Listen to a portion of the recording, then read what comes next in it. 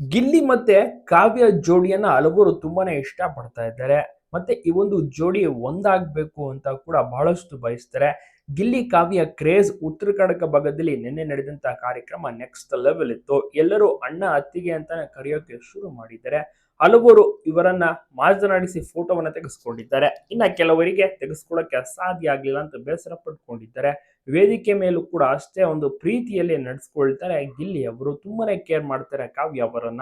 ಇದನ್ನೆಲ್ಲ ನೋಡಿದಂತ ಅಲ್ಲಿದ್ದಂತ ಜನರು ಈ ಒಂದು ಜೋಡಿ ಪರ್ಫೆಕ್ಟ್ ಮ್ಯಾಚ್, ಪೇರ್ ಚೆನ್ನಾಗಿದೆ, ಮದುವೆ ಆಗ್ಲಿ ಅಂತೆಲ್ಲ ಸಾಕಷ್ಟು ಮೆಸೇಜ್ಗಳು, ಕಮೆಂಟ್ಸ್ಗಳು, ಮಾತುಗಳು ಕೂಡ ಕೇಳಿ ಬರುತ್ತಿದೆ. ಆದ್ರೆ ಈ ಒಂದು ಜೋಡಿ ಹೇಳುವುದು ಅಂದ್ರೆ ಮೇನ್ ಆಗಿ ಕಾವ್ಯ ಅವರು ಹೇಳುವುದು ನಾವು ಸ್ನೇಹಿತರಾಗಿರೋಕೆ ಇದ್ಬಿಡ್ತೀವಿ ಅಂತ.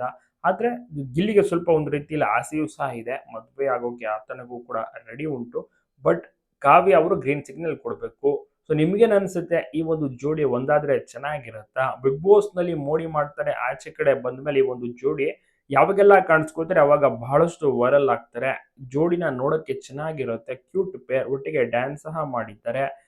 ಎಲ್ರಿಗೂ ಕೂಡ ಖುಷಿ ಕೊಟ್ಟಿದ್ದಾರೆ. ನಿಜವಾಗ್ಲೂ ಕೂಡ ಗಿಲ್ಲಿ ಮತ್ತೆ ಕಾವ್ಯ ಬಗ್ಗೆ ಎಷ್ಟು ಹೇಳಿದ್ರು ಕೂಡ ಕಡಿಮೆನೆ. ಇಷ್ಟು ಸೀಸನ್‌ಗಳ ಪೈಕಿ ಈ ಒಂದು ಜೋಡಿನೇ ಮಾತ್ರ ಇಷ್ಟೊಂದು ಫೇಮಸ್ ಆಗಿದ್ದು. Bigg Boss season 12 next history create ಮಾಡಿದೆ. ಈ ಒಂದು ಹಿಸ್ಟ್ರಿ ಕ್ರಿಯೇಟ್ ಮಾಡೋದನ್ನ ಬಿಗ್ ಬಾಸ್ ಸೀಸನ್ 13 ಬ್ರೇಕ್ ಮಾಡುತ್ತಾ? ಅಲ್ಲಿ ಯಾವ ಜೋಡಿ ಕ್ರಿಯೇಟ್ ಆಗ್ತಾರೆ ಕಾದು ನೋಡಬೇಕಿದೆ.